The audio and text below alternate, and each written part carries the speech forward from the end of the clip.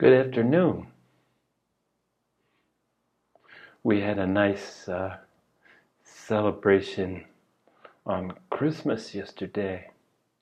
My brother and his wife Tisha have family, her first cousins, and his wife and their 21-year-old son are visiting Taiwan for the first time.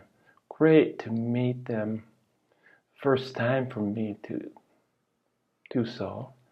And last night on Christmas, I know it's Christmas in the US as I speak to you today, but it's the 26th here in Taiwan. And we had a great Taiwanese food last night. So good that the son, Ricky, said it's perhaps amongst the best meals he's ever had. So, really had a family Christmas. First one for me in ages. Just been, up until this year, just been my wife and I living here together. Now our family's expanding. And it's a welcome event. So anyway, I just hope that you're enjoying your Christmas afternoon. If you're in the US, you're resting up. Here in Taiwan, it's 98% a Buddhist nation. So Christmas is not amongst their biggest holidays. But more and more people have begun to appreciate Christmas, and especially the secular side, which I've always appreciated the most.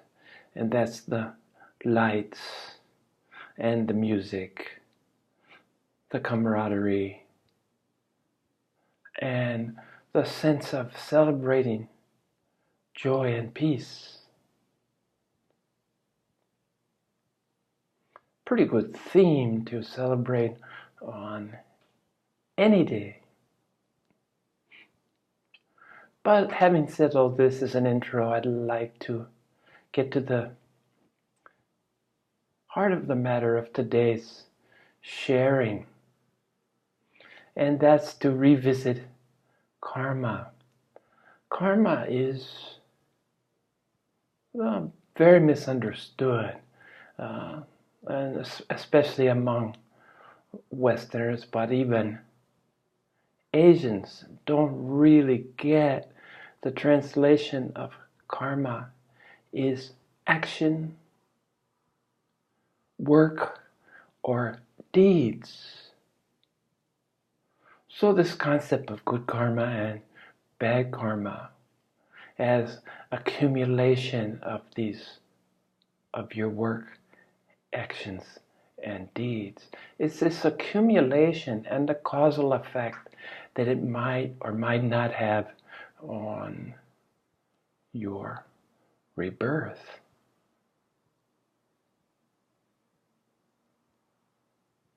So they talk about good karma and bad karma, when actually karma is karma, whether you judge it to be good or bad.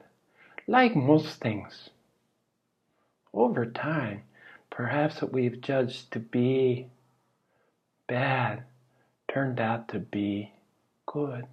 The ending or changing of relationships, for instance, seems like a catastrophe in the beginning, may seem that way, and it may open you up to meet the next person in your life who may become or may be your soulmate. So, bad karma is bad, good karma is good. Again, it's relative. But what I want to deal with today is the inescapable fact that we accumulate karma just in the process of even breathing out in a state of non-action or non-activity. And as we start doing more things, as we celebrate the human doing at the neglect usually of recognizing that we're human beings. But even in the purest sense of being, karma is accumulated.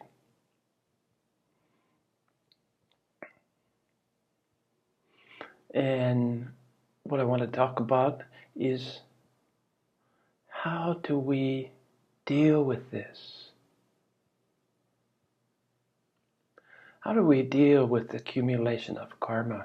Because the elimination of karma is what frees us up, is what happens in the process of us remembering what we've always known. Remembering what we have forgotten. And that is our unity, our non-divisive nature, the commonality of the spirit that emanates from, to, within each and every one of us, binding us in the bond of togetherness, banning separation and division.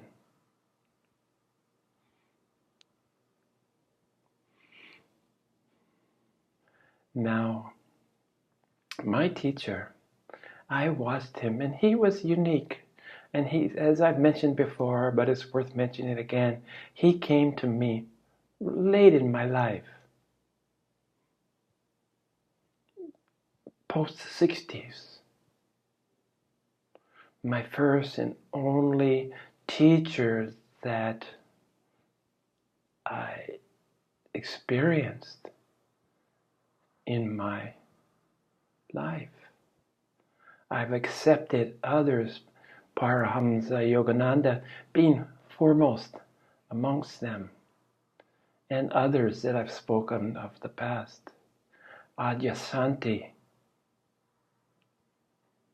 and Sadhguru are two living beings that resonate with me, that their teachings have validity and value, and that I would wholeheartedly recommend either of these guys to any that are out there seeking, searching. So my teacher, what made him unique, what makes him unique, because he continues, as I speak, his teachings, was this idea that the universality of the Zen practice, of Zen Buddhism, the universality in that he believes that it's available to one and all. Traditionally, Zen practice was closely guarded and enshrouded at times with sometimes convoluted practices that basically served to keep it at arm's length, that made it available only to a certain elite. So my teacher was unique in this, devotion to spreading the teachings, mostly through silence and meditation. Very, very limited amount of words. It's teaching simplicity, beautiful simplicity, which initially really attracted me because I believe that the secret has always been in simplicity. By complicating, by obscuring, by keeping the teachings closely guarded, only serve to separate them. So I believe inherent in the teachings is this willingness to share and to make it available to everyone. So this was his unique contribution, and he continues to attract tens of thousands of followers, to the point that the meditation hall got bigger and bigger, and now people are only able to come to meditation with him, with the master, once a month or thereabouts, because demand. And he used to travel a lot, but obviously the traveling wore on him, and teaching was available all the way from the Taipei in the northwest part of the island, all the way to Kaohsiung in the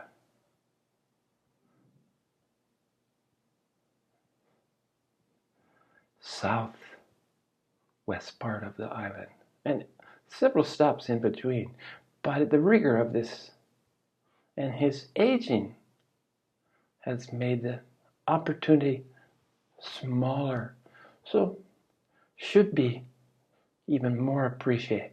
Where he had been available several times a week, he's now only available once a month to each practitioner, to each and everyone that wants to be in his presence. Still incredible. But I watched him closely. I've always been an observer, and I recommend that watching, listening is a lot more helpful than talking or sharing. And you have to remember, I'll remind you again, that my teacher spoke no English. And my Chinese is pretty sad, pathetic, one might say. Survival skills, maybe. But listening to philosophical discourse in Chinese. So the listening part of my observational skills, observational abilities was gone. So it left the eyes, it left watching, and also it left the emotional level, whether the words had identifiable meaning to me. Words carry a vibration. Sound is nothing more than vibration, and that resonates. So the sound of his voice while he was giving his teachings in an incomprehensible language for me had results as well as consequences as all actions have as part of their intrinsic nature. So the experience, just being surrounded by like-minded souls, the power of the magnification of meditation in a group with 3 or 4, or 2 or 3,000 at least, maybe closer to 4,000 if we are all packed in, was tremendous. But again, as I said, I watched. And after everybody got settled in and we prostrated ourselves in respect, he would come and sit in his chair on his elevated stage so that everyone could see him, and we were face down on the floor, so we didn't watch him get settled in. We weren't able to see his mudras, his hand gestures of what he was doing in preparation. He's always prepared. That's what masters are. Masters don't need to prepare. They live prepared. They're always prepared. So it was for us that the preparation was necessary. And part of this was our karmic debt. He would literally lift the karma up and out, off and out of us, each and every one. And most people are nowhere near sensitive enough to even recognize, to even realize that this was occurring. And he had his own means of destroying and dealing with the karma, which remains unshared. It's part of what he knows as a master. And it's part of what each and every one of us, as we graduate, as we embrace our own masterhood, to learn to deal with karma, not only on a personal level, but those who come in contact with us. It's part of the maturing process. You wake up as an infant Buddha, and you have to mature. And I've mentioned before that what I've discovered is that 8 years, one Buddha year is equivalent to 8 human years. So you age as a Buddha from infancy to old, wizened wisdom. And you mature just as we do as human beings in our normal accumulation of days and experiences. So at one point, sooner than later, even in the mastery, even in becoming a master, you can become a Buddha first, but a baby Buddha. And then you have to mature into mastery. And part of that is at first, your accumulation of karma, you need to learn how to deal with that way before you're able to lift karma from the shoulders, to take on the burden of the karma of others. Not an effort for the faint-hearted, to say the least. But here I would watch him, and he would lift everyone's karma, so that they went into, we'd usually have 2 extended meditations, sometimes with a few words in between, but many times just a matter of a 40-minute, half an hour meditation with a break in between, 30 to 40 minutes, with a break in between to allow us to stand and stretch in silence. And one more session, one more meditation. So what I did observe, because very little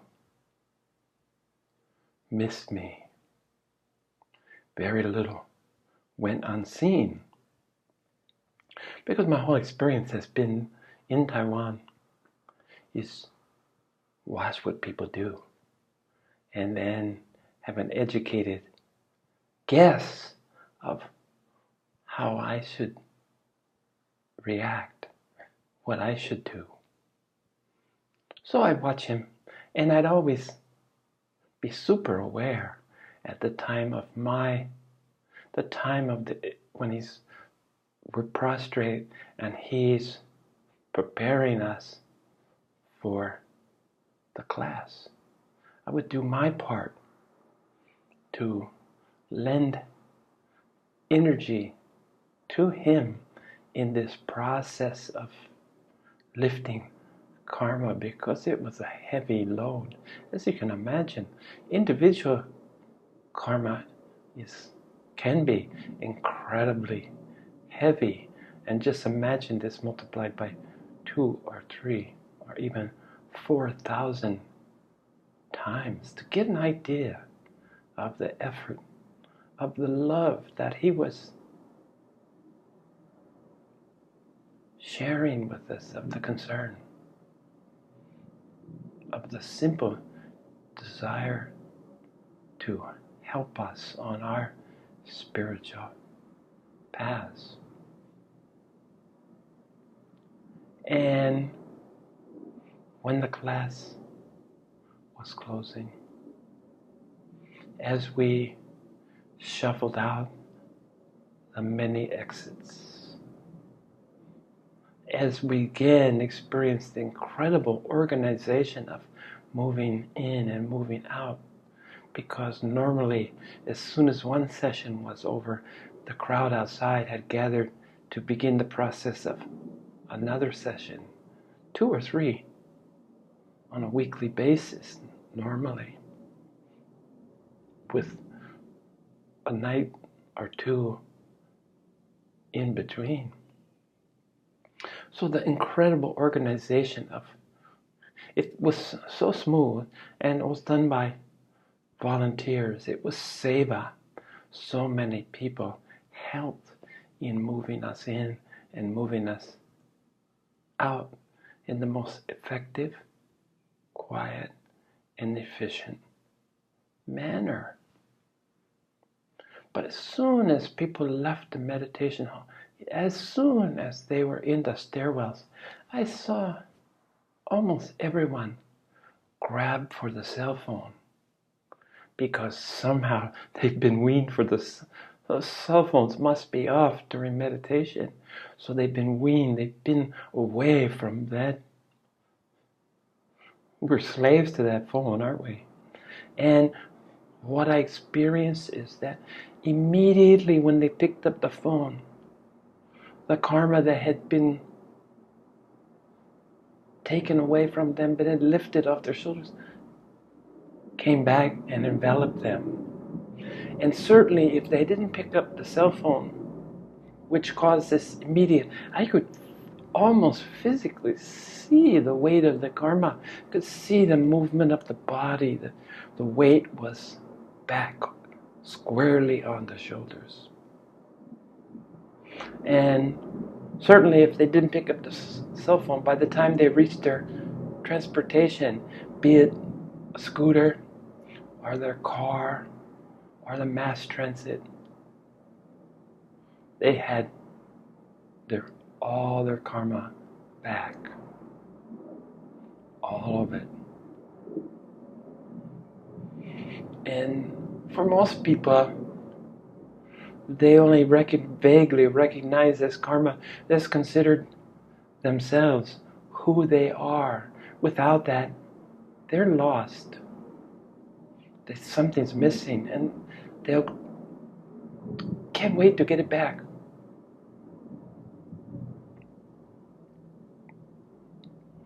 So this was only a temporary relief. And it came back with a vengeance, and the accumulation began again for most of us in earnest. But I learned many years ago in my own exploration, in my own solitary path, which it had been for almost 50 years previous to this experience of finding a teacher, finding and accepting, and most importantly, being accepted by the teacher, was the violet consuming flame, a place to put the karma that would burn it cleanly, not burden anyone else. And this violet consuming flame was available to each and every one of us.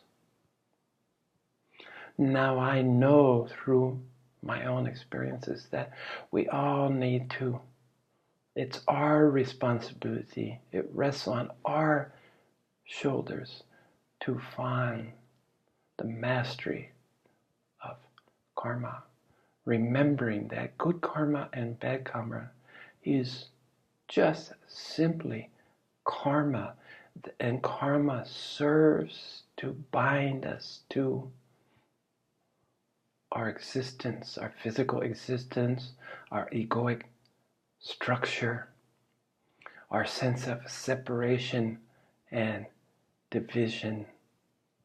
It has to be dealt with at some point. So I'm sharing how I experienced this violet consuming flame, which feels very much internal. It wasn't a external place that everything comes within. So bringing this karma, the karmic debt, that which necessitates rebirth, to finally escape the wheel of reincarnation, you have to deal with your karmic debt. You have to neutralize it. And how else better than cleansing it with flame, with violet flame, the color of healing, the heat of fire, coupled with the color of healing. And upon the eve of waking up from the dream, of remembering what you've conveniently forgotten, as you unite with infinity, as you recognize the dream of separateness and division, and your ego no longer is of any use. And at this point, your karmic debt, on the eve of this awakening, within the period of that time, to take the next step, that ultimate leap of trust, that suspension of disbelief, to plunge into the abyss, not knowing what the real consequences meant, only to wake up on the ground as a baby Buddha, helpless as is any infant. But there's no one left to help you. By necessity, you've left your teacher behind because his role was to simply point the way. And he's done that. And he just say jump, and it's up to you. So now you've accepted the ultimate responsibility of your existence. The only way it could ever really be. And in this process, then as you're struggling to survive, as you're an infant on the sidewalk, is how I visualize it, cold, dirty, hard sidewalk, naked, against the elements. And you learn through trials and tribulations of how to mature in your Buddhahood, understanding that there's no destination, that this is a journey, truly a journey without end.